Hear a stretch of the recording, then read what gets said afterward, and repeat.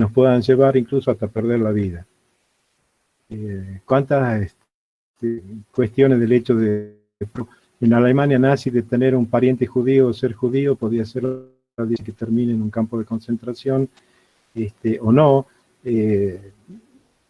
yendo, digamos, no tan lejos en el tiempo, quizás el ser de alguna etnia distinta en África hace que esas limpiezas étnicas se produzcan y pierda la vida. Entonces, fíjense en cómo un dato sensible puede ser, digamos, muy perjudicial si se hace público.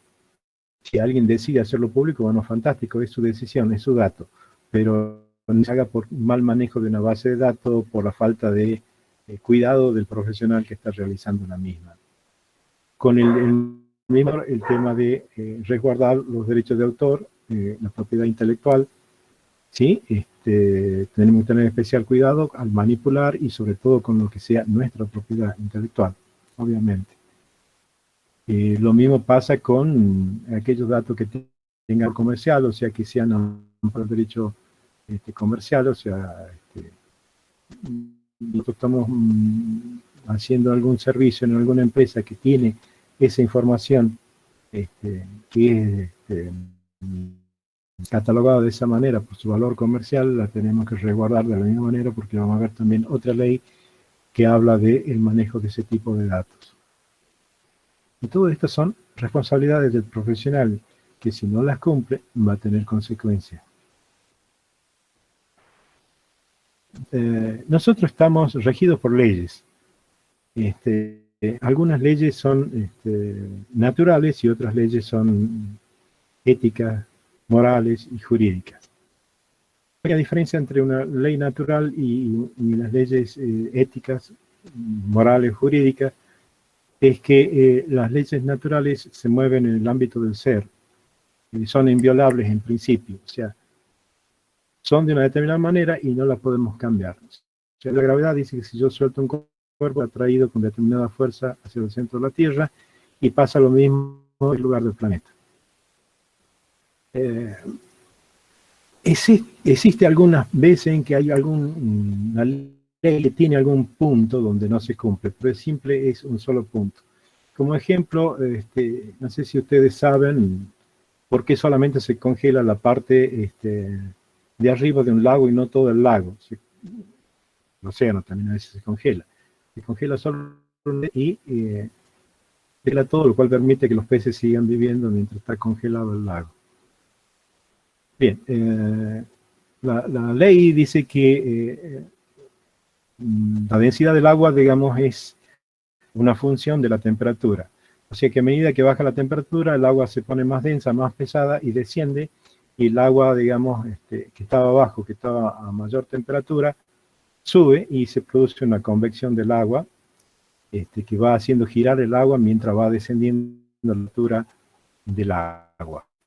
Ahora, esto, si no hubiese ese punto específico, se congelaría todo el lago. ¿Por qué se congela? Y porque cuando llega a 4 grados hay un punto de anomalía en el agua que en vez de verse y volverse menos densa, se expande y se vuelve, y volverse más densa, se expande y se vuelve menos densa, queda estacionada y a partir de ahí esa fracción de agua que está arriba empieza a recibir temperatura, a bajar más y se congela.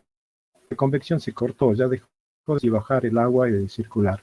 Entonces se congela, dependiendo de la cantidad que haya, será más grande o más chica la capa de hielo, pero a partir de ahí, digamos, queda todo líquido a 4 grados el lago. Entonces, ¿a dónde vamos? Las leyes naturales son inviolables, pero pueden llegar a tener un punto de anomalía. Si tienen más de un punto, ya no son una ley. O sea, si no, más de un punto no se cumplen, no son leyes naturales. La mayoría no hay una anomalía. Este es un ejemplo especial porque siempre hay alguien que me dice, sí, pero hay algunas, este es un ejemplo. Pero pueden tener solo uno. Si tienen más de uno, ya no son una ley. En cambio, las leyes éticas rigen en el ámbito del debe ser. O sea, van a tratar de arreglar el comportamiento más adecuado o más esperado de los ciudadanos. Pero su no cumplimiento no invalida para nada la ley, no dejan de ser ley porque no se hayan cumplido. Hay un artículo que dice, se aplicará reclusión de prisión de 8 a 25 años al que matare a otro, siempre que este código no prevea otra pena distinta. O sea, hay un artículo que puede matar. Y sin embargo, en el 2017, pero no tengo datos más nuevos, hubo 2.279 homicidios dolosos. Cuando hablamos de homicidio doloso, no estamos hablando de gente que murió por un accidente, que lo maté sin querer, no, es alguien que decididamente decidió quitar la vida a otro en homicidio y lo mató. 2.279 veces que no se violó esa ley. Sin embargo, no pierde valor. ¿Por qué? Porque las normas éticas regulan el ámbito del debe ser y simplemente proponen el comportamiento esperado, y si no se da ese comportamiento, la pena o el castigo que se va a aplicar cuando no se cumpla la norma. Pero tienen pensado en que esa norma puede no cumplirse, sin embargo, eso no va a afectar nada a su validez. Entonces, las normas éticas, donde están las morales y las jurídicas, su cumplimiento, o su no cumplimiento, o su incumplimiento, no afecta su validez. Bien, ahora vamos a hacer una diferencia entre lo que es una norma ética y una norma técnica. La norma ética regla el mundo del debe ser, apunta a cómo debe ser una acción y apunta al fin último, qué es lo que se persigue, las acciones que nosotros queremos llevar a cabo. ¿Cuál es el objetivo final que queremos lograr? En cambio, las reglas técnicas son directrices para la ejecución. ¿A dónde apuntan? A la eficiencia. ¿En dónde rigen? En el ámbito del ser. Y son un medio para alcanzar ese fin que ha propuesto la norma ética. Desde el punto de vista, estamos apuntando generalmente a la eficiencia, a la mejor manera de hacer un determinado trabajo o una determinada tarea. Sin importar el fin sea, simplemente la regla se aplica para eso, para lograr la eficiencia. Es más, podríamos lograr la eficiencia para un mal fin, sí, pero de última apuntan a eso, la eficiencia. Entonces las normas entran a la finalidad, las normas técnicas al cómo realizo las distintas tareas logrando la mejor eficiencia para llegar a esa finalidad. Bien, un mismo hecho lo podríamos analizar desde dos puntos de vista, sin lugar a dudas. Veamos este ejemplo. Se le hace una operación a una persona en la vista con un equipamiento de última generación con operación láser de altísima complejidad y tecnología, en el cual se ponen de manifiesto todas las bondades técnicas del equipo, más la del cirujano para realizar la operación. Se realiza esa operación y es, desde el punto de vista técnico, brillante, tanto por el desempeño del equipamiento como por la maestría del doctor que ha realizado la operación. Pero hasta que esa misma dolencia que tenía el paciente se podría haber subsanado con un tratamiento mucho más barato, mucho menos invasivo y con menos efectos secundarios. Entonces la operación se realizó para sacarle plata a un paciente. Entonces, desde el punto de vista ético, es repudiable, desde el punto de vista técnico es brillante. Entonces, ¿por qué es repudiable desde el punto de vista ético? Porque la ética profesional, con el juramento hipocrático y demás, el médico tiene que tratar de curar, no ver en eso un medio de ganar dinero de cualquier manera. Entonces, una misma acción puede tener dos puntos de vista, desde lo ético y desde lo técnico. Dos puntos de vista a una misma acción. Bien, ¿qué es la moral? La moral son normas y valores que están interiorizados, o sea, que están dentro nuestro y que regulan nuestras acciones libres. O sea, la moral son valores que nosotros hemos aceptado como buenos y como tales y que van a regular el comportamiento nuestro como seres humanos. O sea, ¿quién va a ir a controlar realmente si cumplo o no cumplo esas normas, va a ser mi conciencia y nadie... Y solo van a poder tener efectos si yo las acepto como buenas. Si las acepto como buenas, evidentemente no van a regir ningún comportamiento, digamos, mío. Estas normas morales vamos a ver algunos ejemplos, cómo han ido cambiando con el tiempo, el lugar y las culturas. O sea, en lugares distintos vamos a ver que tenemos en un mismo tiempo normas morales y valores distintos, y en el mismo lugar, supongamos San Miguel de Tucumán, distintas instancias de la historia, vamos a ver cómo han ido cambiando esas normas morales y esas costumbres. Vamos a ver aquí algunos ejemplos de las costumbres. Por ejemplo, en determinada época era impensable que el hombre esté sentado y la mujer esté parada, entonces las fotos eran de esta manera. Vamos a ver que en otro momento,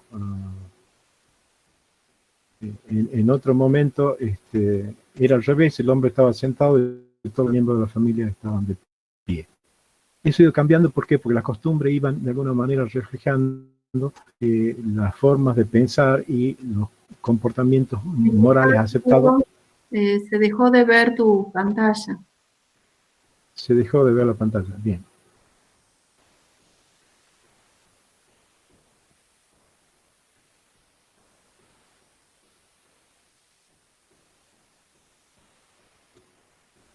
¿Ahí la están viendo? Sí, ahora sí, muchas gracias. Sí, profe, sí No. se ve. Gracias, disculpe, no sé qué le pasa de golpe. No, es que alguien más se puso a presentar su pantalla. Ah, puede haber sido eso.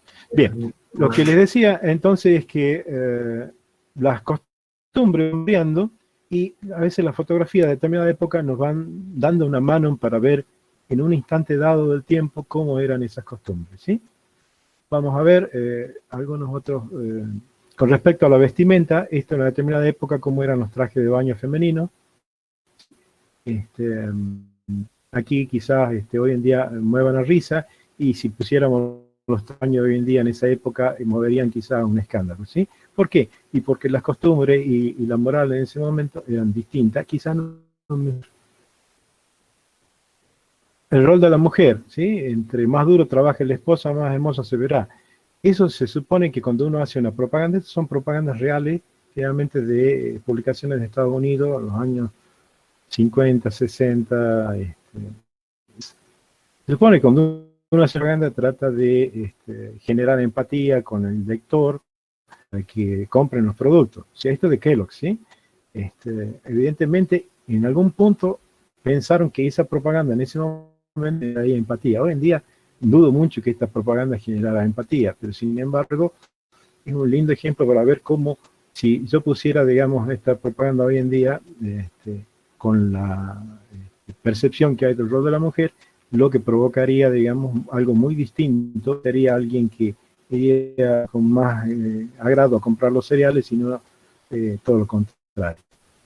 Y respeto a veces por algunas figuras o instituciones, bueno, Papá Noel o Santa Claus, como es, digamos, quizás parte, digamos, de los anglosajones, Norteamérica y demás, tenía cierta, digamos, relación con cosas que difícilmente pudieran en algún momento asociarse con el cigarrillo, que no era, digamos, lo más, una costumbre de las mejor vistas. Entonces, por ahí ese respeto de algunas de las imágenes o figuras ha ido cambiando también. Esta quizás es la más dura, me pareció realmente muy, muy, muy cruel, pero la pongo para que vean hasta el límite que llegan algunas cosas que en algún momento le pareció a alguien razonable ponerla como una publicidad de un jabón, y a mí me parece con un racismo tremendo. Supongo que habrán querido hacer algo de humor con esto, no veo hoy día realmente ni antes ni después qué humor se puede haber generado con esto, pero sin embargo alguien lo hizo y pagó por esta publicidad para hacerlo. Ahora veamos desde los tiempos de ahora cómo, digamos, si volamos hacia atrás sería impensable también. El día de San Valentín, si fuéramos a los tiempos de antes, bueno, simplemente la imagen del centro sería representativa de ese día, no a los otros dos tipos de pareja. O sea, el concepto de pareja, como ha ido variando a través del tiempo, y de lo que era moral.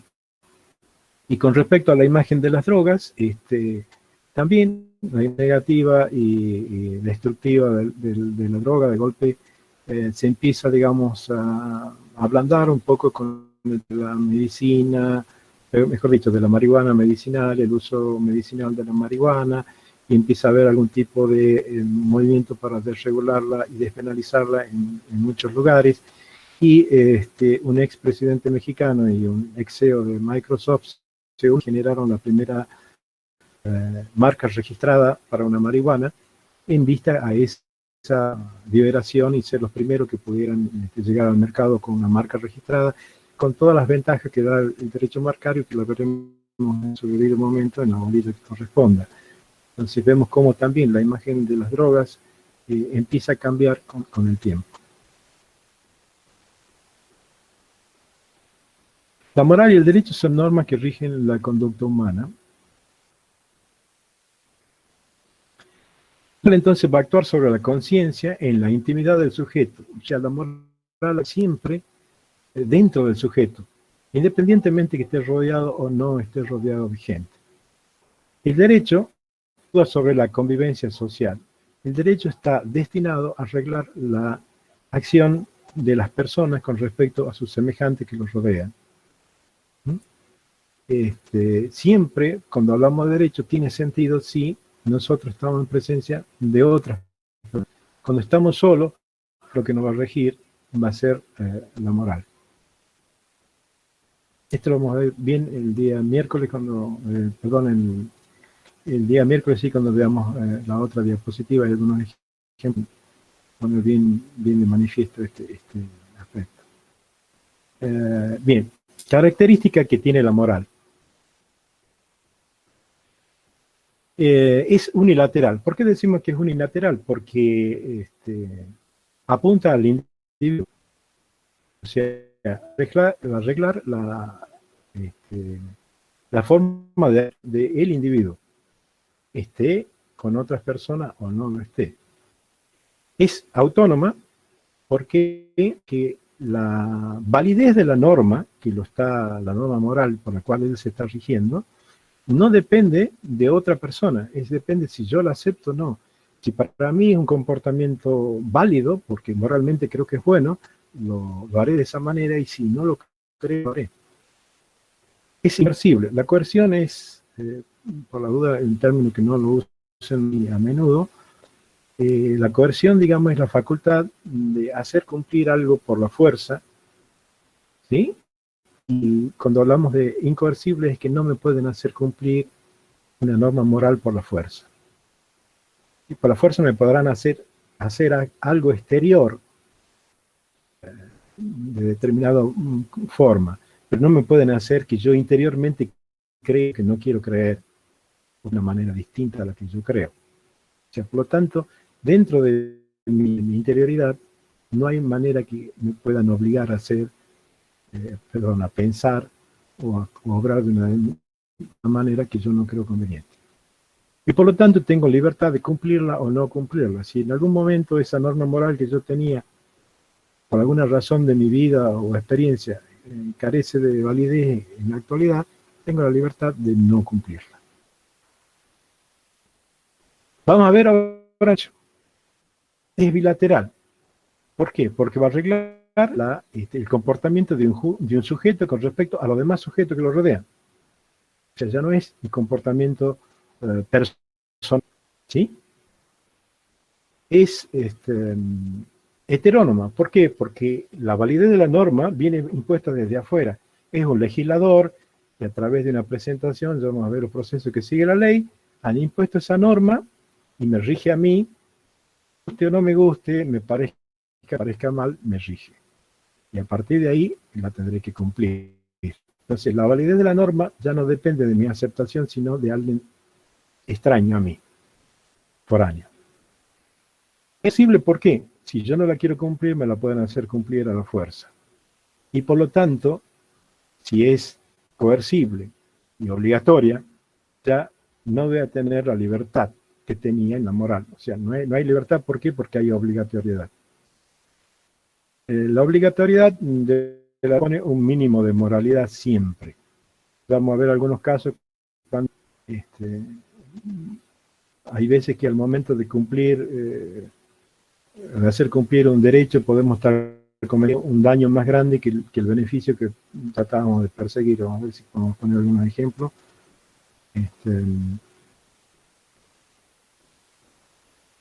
Bueno, este caso sería, por ejemplo, el abuso de derecho, cuando uno al hacer uso del ejercicio de un derecho que tiene adquirido,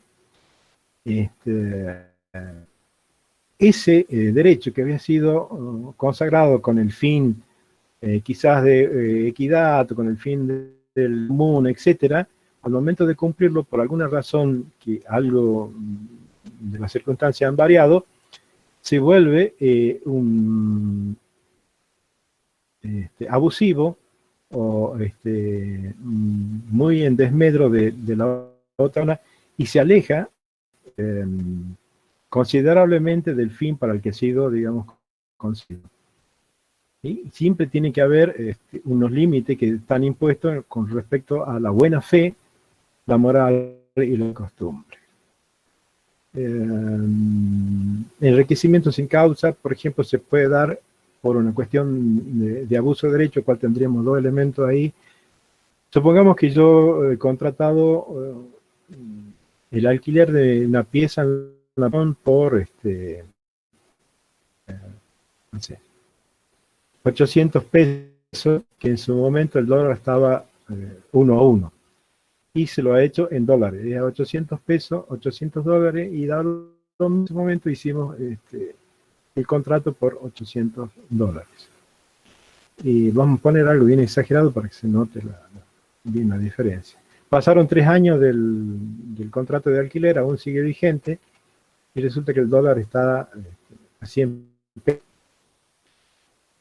Los 800 dólares, esos, es una cantidad muy grande comparado a la evolución que ha tenido el precio, que también ha subido la habitación en pesos, porque el precio de la habitación en pesos capaz que hoy cueste 2.000 pesos y está muy alejado de los 800 dólares por 100 o 150 pesos que está el dólar.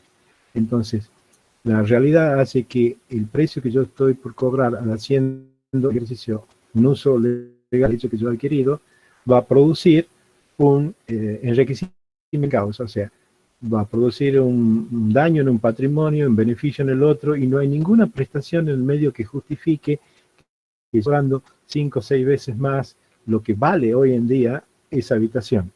Pero no es que la habitación esta es mucho mejor que las otras, es la misma que las otras, que en pesos hoy en día están en 2.000 pesos y yo la estoy cobrando a 800 dólares o a 150 pesos el dólar. Háganos cuenta, el dólar subió de una manera y los precios subieron de otra. Eso es muy común. El juez tendrá que dilucidar en su momento cuando hay un abuso de derecho al tratar de hacer cumplir el derecho de una manera como estaba estipulado. Si podemos decir, sí, así estuvo estipulado, perfecto, pero ya no apunta a la finalidad de la buena fe, la moral, la equidad. Siempre en un contrato debe existir un equilibrio. El equilibrio entre la prestación de uno y la prestación de otro, entre lo que paga uno y vive. Entonces yo aquí estoy pagando 5, 6, 10 veces más de lo que realmente cuesta ese bien o ese servicio en el mercado, simplemente por una coyuntura en que el dólar cambió de valor de una manera muy notoria en muy poco tiempo.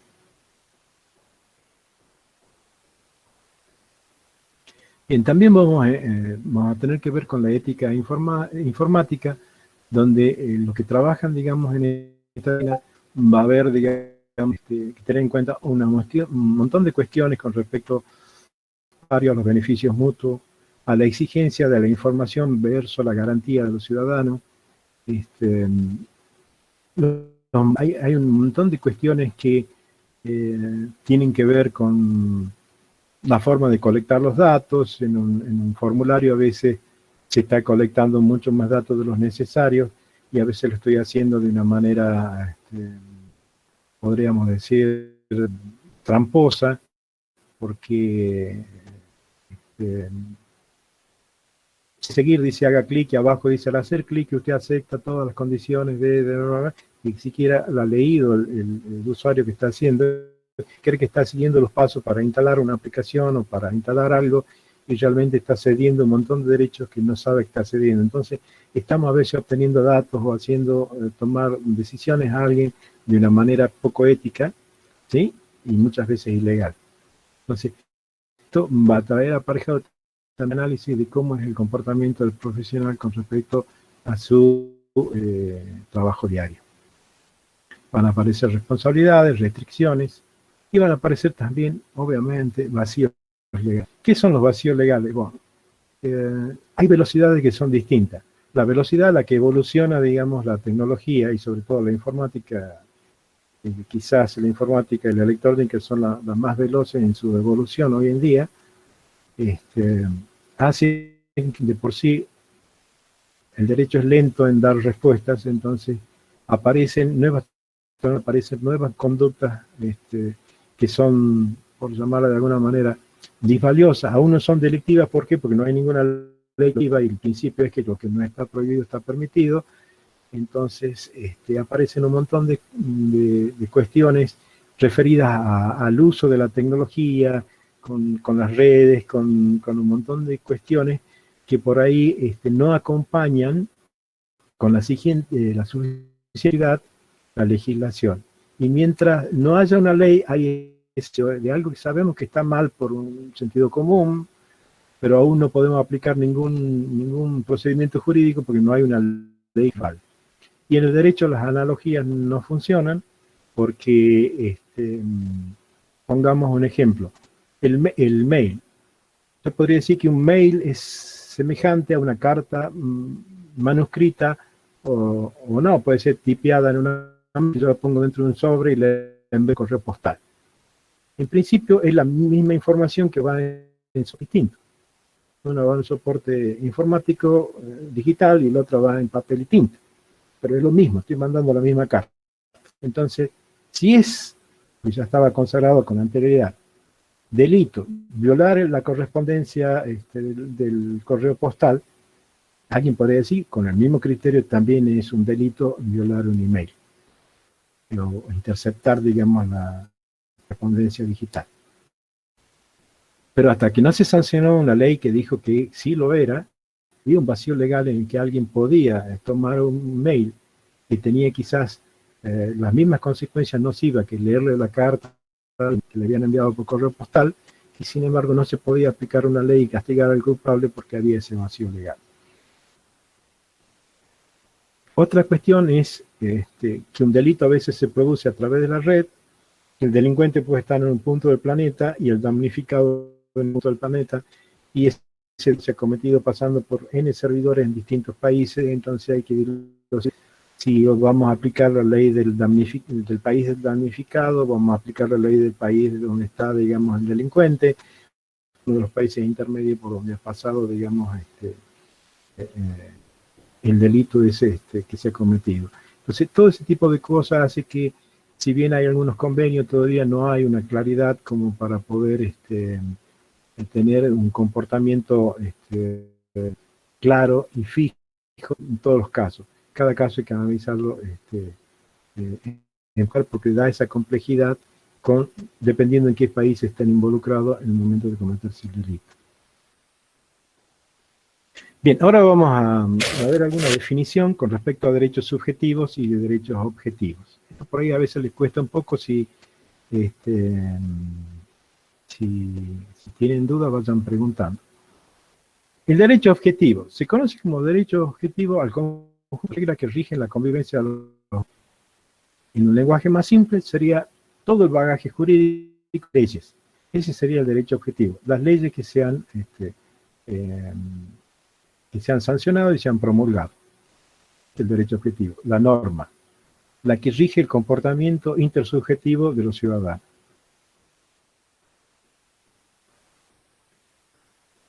Y el derecho desde el punto de vista subjetivo, el derecho subjetivo es el conjunto de potestades, libertades y facultades jurídicas que poseen los individuos.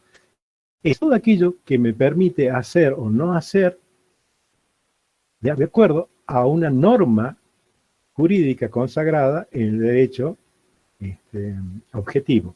O sea que para que surja un derecho subjetivo, que yo pueda decir, yo tengo derecho a que no se viole mi correspondencia digital, tiene que haber una norma jurídica objetiva que me permita a mí decir e invocar esa facultad o hacer que alguien desista de hacer, haga algo que no está haciendo, invocando ese derecho. Pero ese derecho que yo tengo de ejercer eso viene emanada de el derecho, digamos, en el sentido positivo. Objetivo, perdón. Entonces, el derecho objetivo comprende las normas jurídicas que rigen la vida en sociedad y el derecho subjetivo serían los permisos y funciones derivados de dicha jurídica. O sea, si existe una norma, me va a dar a mí facultades para hacer o para no hacer o para exigir que otros hagan determinadas cosas. Eso va a ser el derecho subjetivo que yo voy a tener con respecto, depende de qué norma sea, que me dé ese tipo de facultades, permisos. Para hacer cosas yo o para impedir que otros las hagan o para exigir que otros hagan determinadas cosas. Pero eso es donde va a emanar el derecho objetivo. Tiene que existir previamente, para que yo pueda invocar al subjetivo, un derecho objetivo que le dé sustento. No sé si se entiende hasta ahí. Sí, profe. ¿Sí? Bien. Gracias.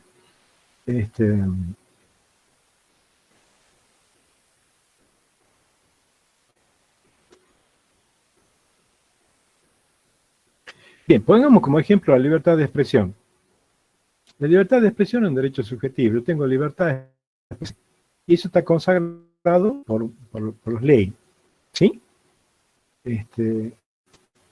Dentro del derecho objetivo, me da esa facultad de que yo pueda expresar lo que pienso. Pero también, no se va a dar facultades, sino también me va a marcar ciertos límites. Yo no puedo decir simplemente lo que pienso sin importar nada si estoy dañando la imagen o digamos, reputación de la persona simplemente por lo que yo creo. Nadie puede, como decíamos antes, interferir en lo que yo piense. Lo que yo piense lo puedo pensar. Ahora, si al expresar mi pensamiento yo estoy con otras personas, voy a sufrir consecuencias jurídicas. ¿Por qué? Porque la ley me garantiza la libertad de expresión, pero acotada con ciertos límites hasta donde yo puedo hacerlo, siempre que no dañe a los demás. Y esto es muy simple. Cualquier derecho lo hago de manera diferente. Yo puedo hacer lo que yo quiera. Entonces el Estado al lado mío también dice lo mismo. Yo puedo hacer lo que yo quiera, es infinito mi derecho. Esos dos infinitos en algún momento chocan y se amadan. ¿Por qué? Porque mi infinito choca con el infinito de él. En algún momento el hacer lo que yo quiera está cercenando la libertad de hacer lo que él quiere del que está al lado mío. Entonces, la idea, digamos, de la legislación es garantizar libertades, pero garantizar también social y acotar esas redes para que sean funcionales al individuo, pero también sirvan que puedan tener una convivencia social en paz. Entonces, regula los derechos y las obligaciones. Entonces, la libertad de expresión, que es un derecho subjetivo, viene también de la mano del derecho objetivo que me dice qué es lo que puedo hacer y qué es lo que no puedo hacer. Y si lo hago, cuáles son las consecuencias que voy a tener si no cumplo lo que dice la norma. Y otra forma de clasificar los derechos y poderlos estudiar, la clasificación tiene más la finalidad de poderlos entender mejor para después poderlos aplicar mejor. Hay derechos que son patrimoniales y extrapatrimoniales. Y el tema de patrimoniales viene de patrimonio. Y el patrimonio es el conjunto de cosas, derechos y obligaciones que tiene una persona. O sea, cuando hablamos de cosas, el auto, la casa, la lavadora, el teléfono, la zapatilla, la ropa, y podemos seguir enumerando todas las cosas que puedan tener. ¿Sí? Los derechos son, obviamente, van a ser derechos patrimoniales, ya vamos a ver la diferencia, son aquellos derechos que pueden permitir que yo los pueda traducir en dinero. Por ejemplo, el derecho intelectual es un derecho patrimonial. ¿Por qué? Porque yo al momento de vender un libro estoy cobrando regalías, de extender una licencia de un software estoy cobrando. Entonces son derechos intelectuales que producen un componente en dinero, por lo tanto, ingresan a mi patrimonio. Y si estoy debiendo dinero porque he realizado un contrato para que alguien me pinte la casa y yo le debo dinero, ese contrato, digamos, también entra parte de mi patrimonio, uno sumando y otro restando. Lo que podríamos ver desde el punto de vista económico sería la relación entre el activo y el pasivo. El activo, todo lo que tengo, todo lo que me deben, y el pasivo, todo lo que debo.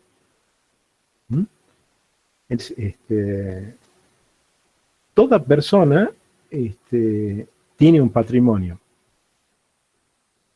Entonces puede decir alguien, no, pero yo no tengo un peso, o yo debo más, yo tengo deuda, nada más, no tengo patrimonio. Porque generalmente la idea de patrimonio así, en forma común se asocia a la cantidad de bienes que yo tenga. No, el patrimonio es el conjunto, la relación entre un activo y un pasivo. Si todos tenemos un patrimonio, alguien tendrá un patrimonio positivo y tiene un activo más grande que el pasivo, o sea, tiene más de lo que debe.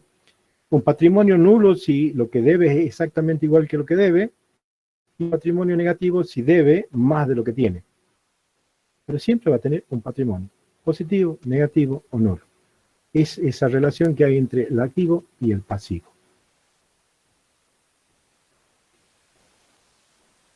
El patrimonio es único, que no puede haber en una persona física o jurídica más de un patrimonio.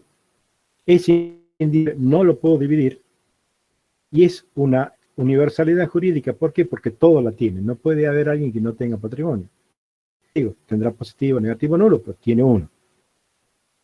Bien, hay veces que por ahí puede hacer un poco de ruido si alguien ha leído en algún escrito, en alguna parte, que alguien se acogía a la división de patrimonio. Entonces uno dice, división de patrimonio si el patrimonio es indivisible. En realidad no se trata de división de patrimonio. ¿Cuándo se da esto?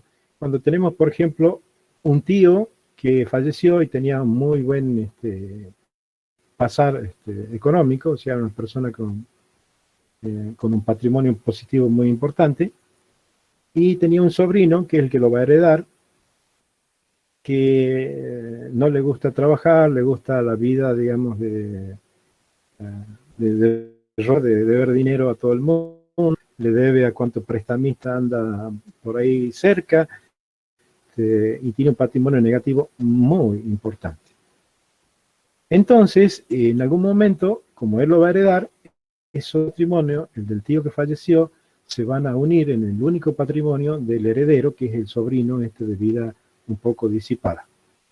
Entonces, los acreedores del difunto, del tío, piensan que al momento de unirse los dos patrimonios, el sobrino va a priorizar pagar las deudas de él, que quizás son con prestamistas que lo andan buscando para golpearlo, para que pague, a las deudas que tenía el tío con ellos. Entonces piden la fusión de patrimonio. Y simplemente es retardar la fusión de los dos patrimonios hasta tanto ellos puedan cobrar desde el patrimonio del tío lo que se les debía. Y una vez que salden esa deuda, se unan los dos patrimonios y el sobrino haga lo que mejor le parezca. Eso es cuando ustedes por ahí han echado de división del patrimonio, pero el patrimonio es indivisible. Bien, dentro de los derechos patrimoniales y derechos extrapatrimoniales. Los derechos patrimoniales, tenemos los derechos patrimoniales, son esos derechos que yo puedo hacer con otras personas, un contrato por desarrollo de un software por el cual yo debo cobrar un dinero y estoy obligado a entregar el software, o sea que hay una prestación y una contraprestación en el cual tener un doble rol y deudor.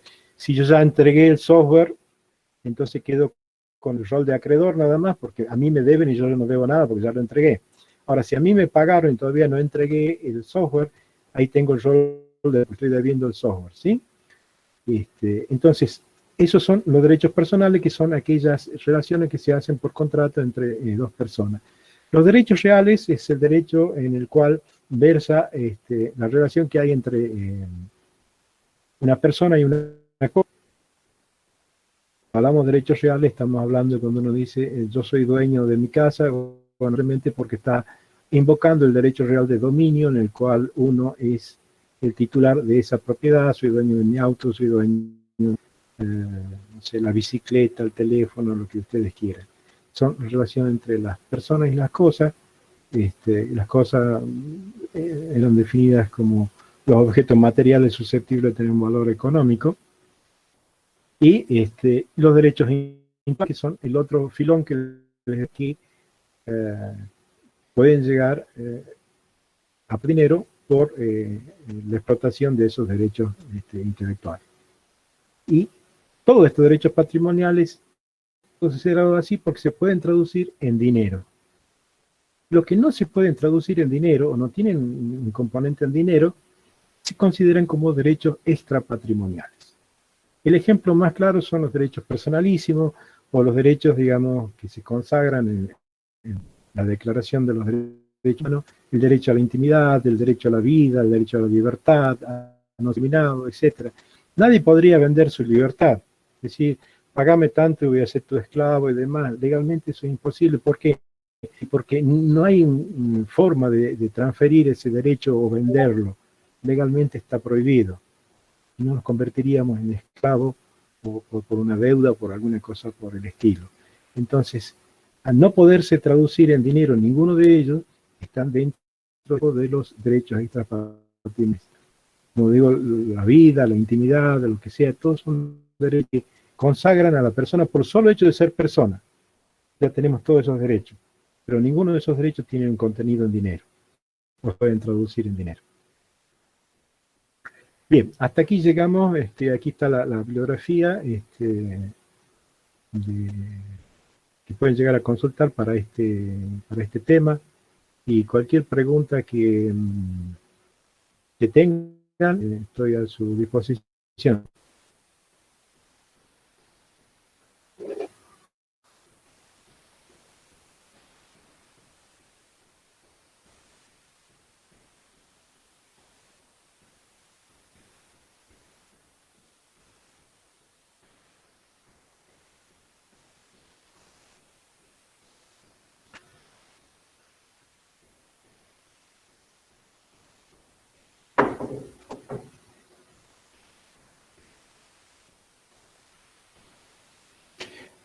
La bibliografía. Hay muchos de estos libros que están en biblioteca. Lamentablemente en situaciones normales creo que era fácil acceder. No sé cómo estará funcionando el tema, si en algún momento se podrá restaurar eso. Hay algunas cosas que se pueden llegar a conseguir. El Código Civil y Comercial, por ejemplo, se lo puede descargar de internet. Y hay algunos de estos libros que quizás también puedan estar, digamos, en la versión de todas maneras. Civil y Comercial tienen link en las plataformas en los cuales ustedes pueden acceder a través de esos links a los distintos tomos del Código Civil y Comercial. Un Código Civil y Comercial comentado, o sea que explica algunas cuestiones que ayudan un poco al mejor entendimiento del tema. Y les trataría de buscar, digamos, alguna de estos títulos, de estos autores que puedan estar en línea, o sea que se puedan descargar, consultar en línea. De todas maneras, también hay un material que ha preparado Pedra, que lo va a subir. En este momento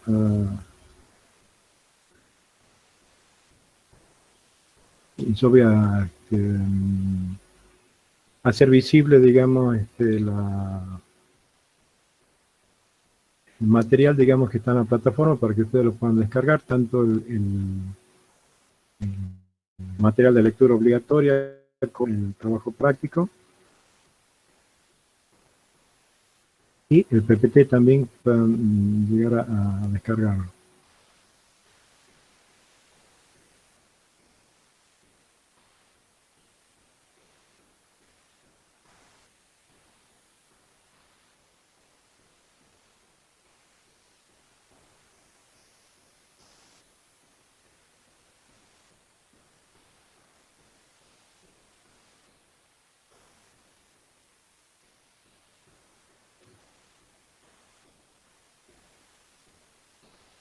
muy lenta la plataforma. Aguántenme un segundito y ya les habilito todo. Ahí está.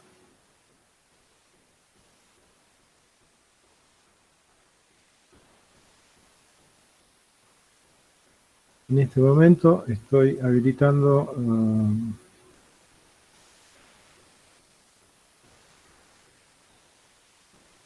material del trabajo práctico y la aplicación para subir el trabajo práctico llegado el momento correspondiente. Ya tendrían que poder ver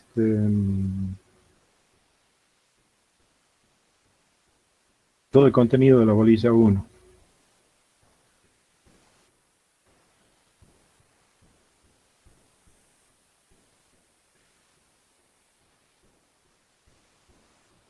Sí, nos volveríamos el día miércoles a la misma hora. Ahora a continuación Edith le va a mostrar el práctico y va a explicar el lineamiento general y va a responder cualquier inquietud que ustedes tengan de cómo encarar el práctico, a dónde apunta, qué es lo que se busca. Y eso ya lo dejo a cargo de Edith. Comparto la pantalla.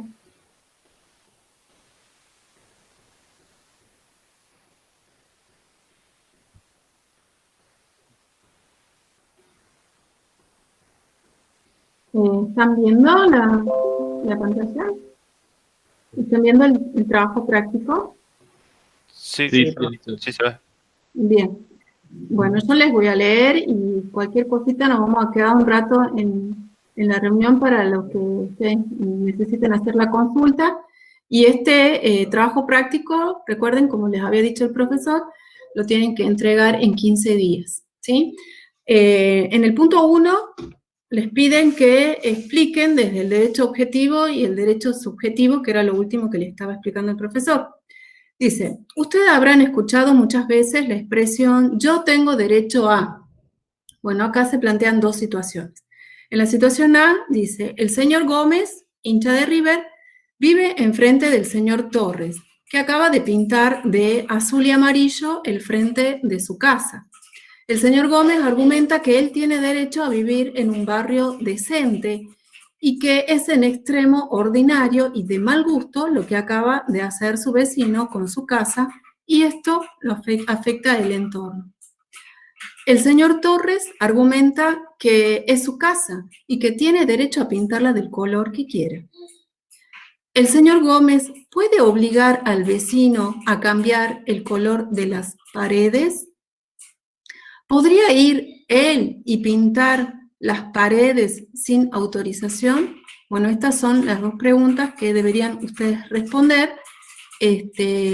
Pueden consultar ahí, como les dice, el Código Civil y Comercial. A partir del artículo 2037 de este código está regulado, o pueden consultar esta temática, ¿no? En el punto 2 plantea otra situación en donde dice que el señor Tapia compró un potente equipo de audio y tiene por costumbre los viernes por la tarde sacar los parlantes al jardín y pone cumbia villera a todo volumen y sin interrupción hasta la madrugada del lunes.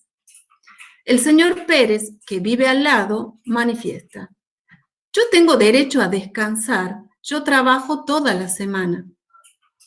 El señor Tapia argumenta que tiene derecho en su casa a escuchar música como le dé la gana. La pregunta que ustedes van a contestar es, ¿el señor Pérez puede obligar al vecino a bajar el volumen? ¿Podría ir él y apagar el equipo de audio sin autorización? Y la otra cuestión que ustedes tienen que resolver de la siguiente situación. La señora Ruiz vive en el departamento segundo B de un edificio en propiedad horizontal y ella decidió pintar el frente de su departamento de color fucsia y negro, cuando el resto del edificio tiene un color beige. Los vecinos del edificio se quejaron con el administrador argumentando que afea el edificio. La señora Ruiz argumenta que es su departamento y que tiene derecho a pintarlo del color que quiera. La pregunta que ustedes tienen que responder, las dos preguntas. ¿Los vecinos pueden obligar a la señora Ruiz a cambiar el color de las paredes? ¿Podría el consorcio pintar el frente sin autorización de la señora Ruiz?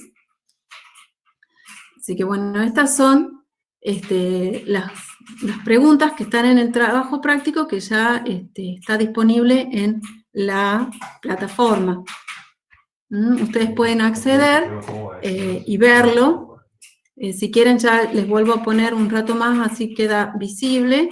Y vamos a quedarnos aquí en la reunión un ratito para que ustedes lo lean, traten de entenderlo, y lo que no entiendan nos consultan para que los guiemos en las consultas que podamos darles, ¿sí?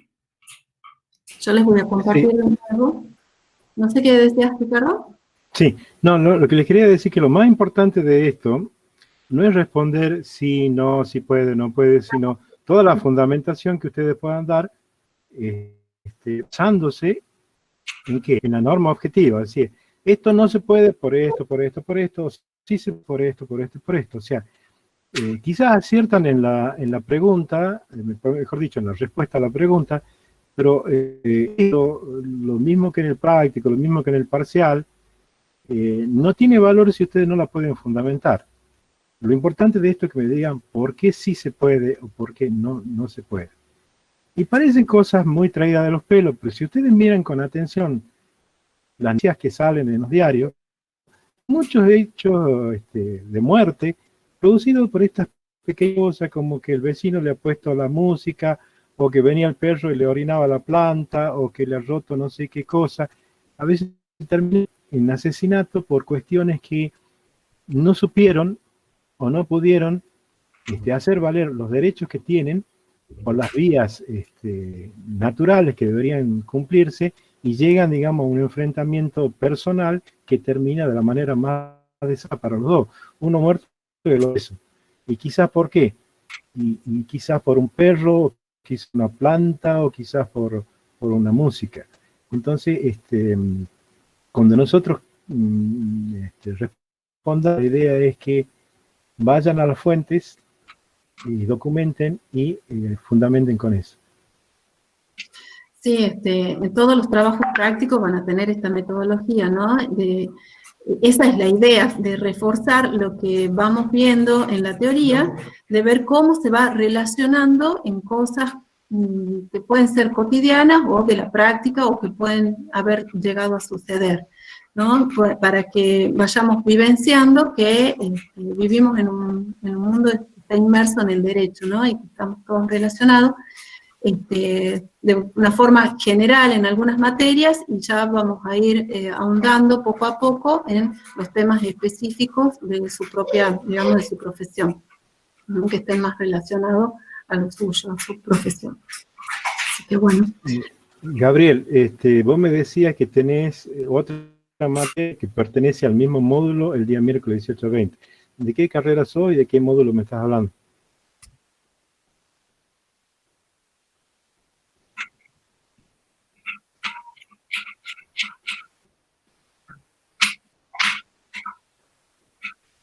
Bueno, mira, hay una comisión que coordina los horarios, Gabriel, y casualmente está puesta para eso, para que no haya solapado.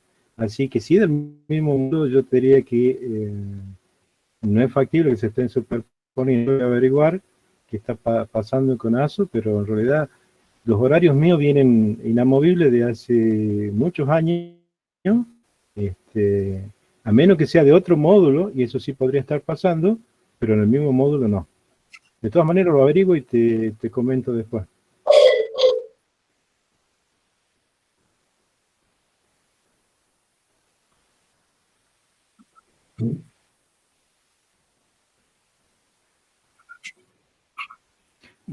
Yo, hijo, consulto incluso con la comisión, digamos, que maneja los horarios, a ver qué puede estar pasando, porque en realidad, si es así, hay algo que no se ha respetado, porque siempre hay esa comisión para que no haya interferencia y no tengamos que elegir a cuál materia vamos a atender, ¿no?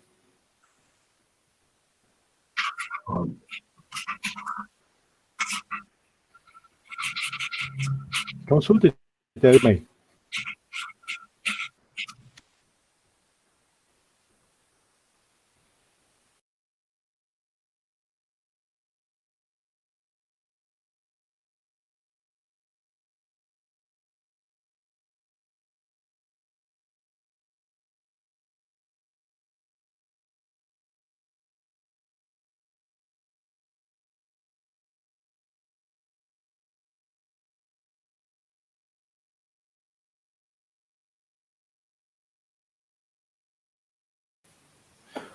Hola, profe. Sí, Germán. Sí, puede ser que el derecho objetivo sería como, o sea, el derecho subjetivo sería como el derecho objetivo en acción o algo así. No me queda todavía muy claro la distinción entre los dos. Es como que uno son las normas que se crean y el otro es ya el derecho puesto en el individuo, digamos, una cosa así. Sería las facultades que te otorga la norma objetiva que vos podés invocar al momento en que vos sientas que estás siendo perjudicado, que no estás siendo, digamos, tenido en cuenta en determinadas cuestiones o lo que fuese. O sea, cuando yo digo que tengo derecho a expresarme, es porque hay un que consagra ese derecho. O sea, Bien. esa falta que yo tengo de exigir que alguien me garantice la libertad de expresión viene emanada del derecho objetivo. Porque Perfecto. el derecho objetivo es el que me faculta. También me limita, o sea, lo que ponía el ejemplo, la libertad de expresión, me limita también a que, por más que yo piense que vos sos esto, esto, lo otro, y le pongamos un montón de adjetivos feos, puedo decirlo. Porque en libertad de expresión también hay un límite en cuanto al respeto que yo tengo que tener para expresar las opiniones que yo tenga. O sea, la libertad de expresión no es infinita, ni puedo decir lo que se me baje la gana, siempre y cuando tengo que respetar determinadas normas. Pero sí está garantizado la libertad de expresión, y si alguien de golpe ha hablado mal de mí, existiera también el derecho a réplica, que me tengan que dar a mí el mismo medio y la misma forma para que yo haga el descargo y claro que no es así lo que ha pasado, independientemente de las aclaraciones que pueda hacer, digamos, quien lo ha dicho, ¿no? Entonces, todo ese tipo de cosas están reguladas y para que yo diga tengo derecho a, tiene que existir una norma objetiva que me ha facultado. O sea, esas facultades que yo tengo de hacer lo que yo quiera o de exigirle a otro que haga algo, ¿y por qué le puedo exigir? Porque está el derecho objetivo de que vos tenés que hacer determinadas cosas en determinados lugares, determinadas cosas. Y no es lo que yo Bien. quiera, lo que el sentido común me diga, sino lo que la norma ha establecido.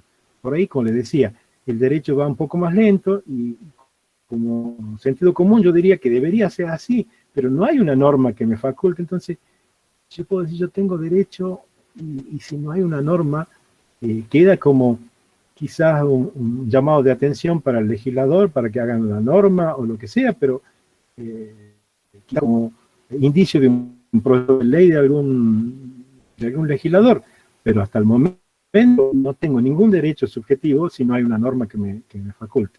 Y cuando la tecnología avanza muy rápido, aparecen un montón de cosas que por sentido común deberían estar, pero aún todavía no están legisladas, y por lo tanto eso que yo creo que debería ser un derecho todavía no lo es. Y no podría decir tengo derecho, quizás podría decir tendría que tener este derecho a tal cosa, pero todavía no es. No sé. Bien, perfecto.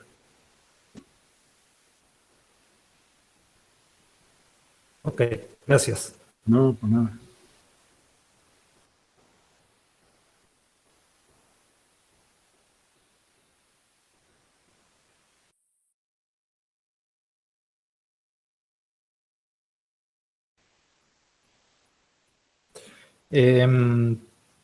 Perdón, para el práctico, ¿a partir de qué artículo del Código Comercial y Civil había que consultar? Sí, hay, bueno, si ustedes googlean, le van a salir los artículos, pero por ejemplo, en el último caso, que era de situación de departamentos, en donde ya estamos hablando de un derecho real, que es de la propiedad horizontal, está en el Código Civil a partir del artículo 2037, porque antes estaba regulado en una ley específica, ¿sí? Ahora ya está dentro del Código Civil. Y los otros casos están también dentro del Código Civil en lo que se refiere al derecho de dominio, derecho real de dominio, ¿sí? Para que ustedes lo busquen.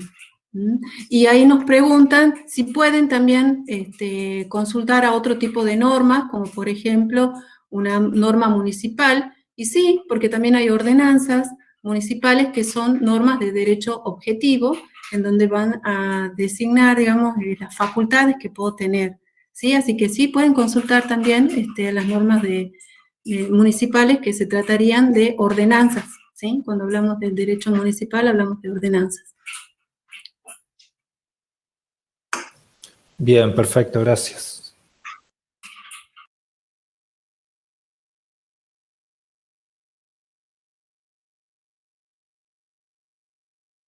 Hola, profe. Sí, Quería consultarle, hay algo que no me quedó muy claro en cuanto hablaba a la moral y el derecho. Por ahí comentaba que la moral era incoercible. sí.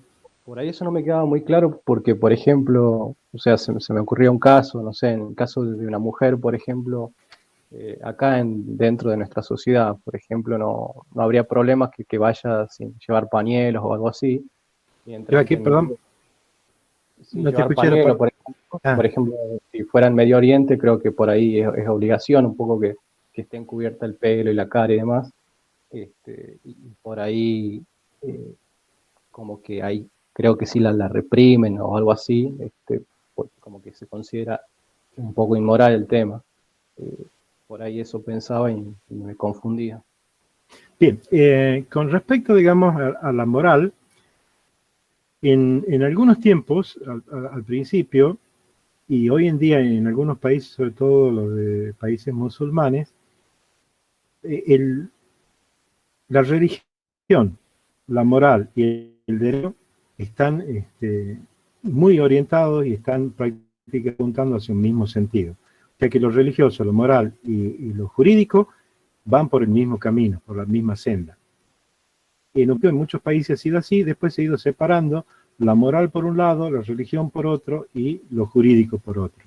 Entonces acá tenemos que no vamos todos por un mismo carril, lo moral puede ir por un carril, lo religioso por otro, porque a veces hay muchas religiones, no hay un uniforme de religiones, en países musulmanes generalmente hay una religión única, este, y a partir de ahí, digamos, todo está girando alrededor de lo religioso, que le da sustento a lo moral, porque sería inmoral si es antirreligioso, y al mismo tiempo, digamos, es como que la moral y la religión se confunden,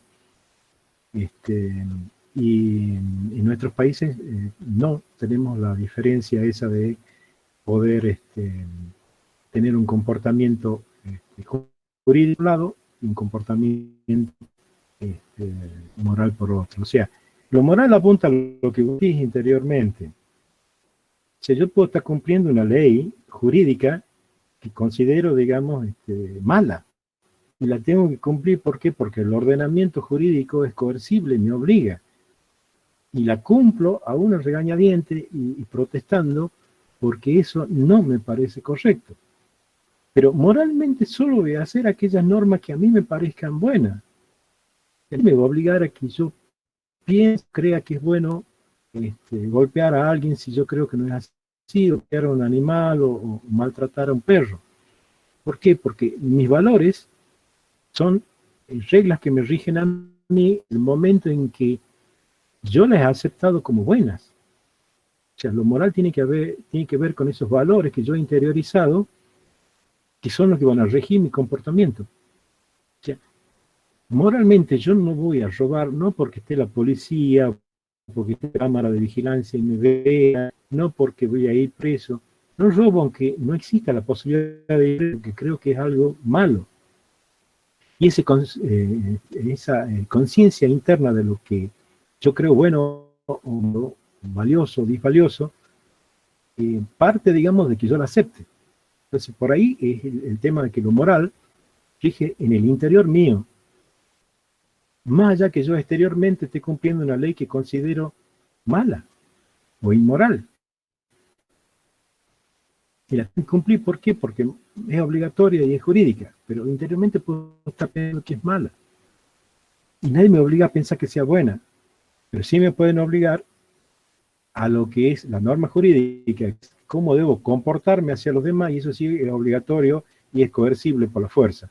Pero interiormente nadie me puede obligar a que yo crea que es otra cosa. Yo capaz que le digo sí, sí, pero sigo pensando que no. No sé si queda claro el concepto. Perfecto, profe, clarísimo, gracias.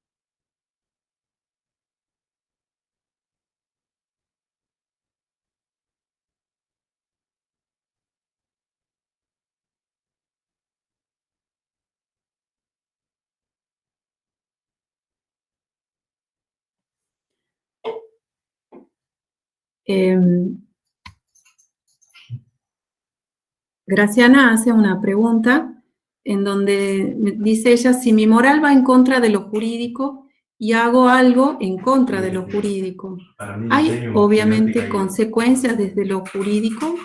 ¿Lo jurídico tiene más peso? O sea, ¿lo jurídico tiene más peso que lo moral? No se trata de que tenga más peso o menos peso, sino que se trata de las consecuencias, ¿no? Y de lo que justo hablaba el profesor de la coercibilidad. El derecho, o sea, lo jurídico, tiene esto de que es coercible, ¿no? Y que yo tengo que cumplir lo que manda el derecho objetivo, ¿no? La ley o la ordenanza o las normativas que sean de derecho objetivo, porque es una obligación, soy ciudadana de un lugar, tengo que cumplirla, ¿no? Ahora, si va en contra si va tremendamente en contra de mi moral, sí tengo lo que se llama objeción de conciencia, ¿no? Y donde podré poner en justificación de que no puedo cumplir determinada situación porque mi moral me lo impide, ¿no? Muchas veces se llega a juicios, a causas judiciales, a causa de esto, ¿no? En donde tengo que hacer valer lo que realmente, o sea, mi moral, ver mi objeción de conciencia de realizar algo contrario a mi moral con una acción judicial, ¿no? Que era el caso que veíamos, por ejemplo, el año pasado, de médicos que se negaban a abortar y ellos tienen, o sea, han asumido denuncias y causas porque no han hecho lo que estaban supuestamente obligados a realizar. Ellos aducen su objeción de conciencia y bueno, está en juicio esa situación, ¿no? Lo que tiene el derecho es que tiene esta parte de coercibilidad, ¿no? Y que nos obligan a realizarlo. No sé si queda clara la respuesta, Graciana, o necesitas algo más.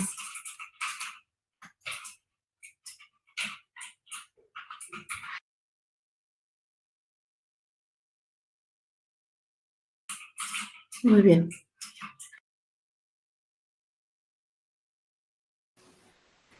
Había otro ejemplo también en la guerra de Vietnam. Había un campeón del mundo de boxeo, Mohamed Cassius Clay, que se había convertido al Islam, y el momento de reclutarlo para ir a pelear en Vietnam, él, si bien son legislaciones distintas, la norteamericana y la nuestra, tienen algunos puntos en común. Él también hizo cuestión de conciencia porque su religión se lo prohibía, el matar a otra persona, y fue un juicio muy largo, y bueno, como ser una persona famosa mundialmente y demás, le dieron un trabajo de entrenar a los soldados y demás, y no lo pusieron y evitó ir al frente de combate haciendo esa conciencia. No se salvó del servicio militar obligatorio, pero sí de tener que estar en la posibilidad de matar a otra persona.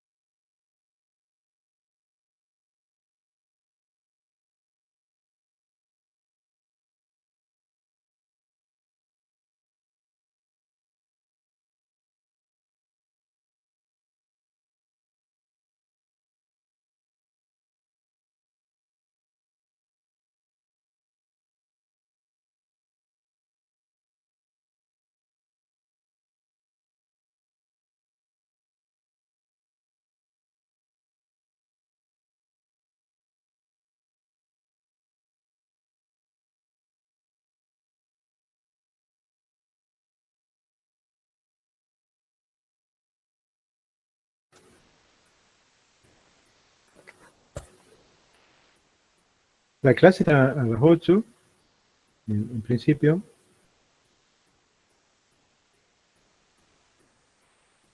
Si, a menos que, bueno, no haya más preguntas, y ya quedan unos minutos nada más.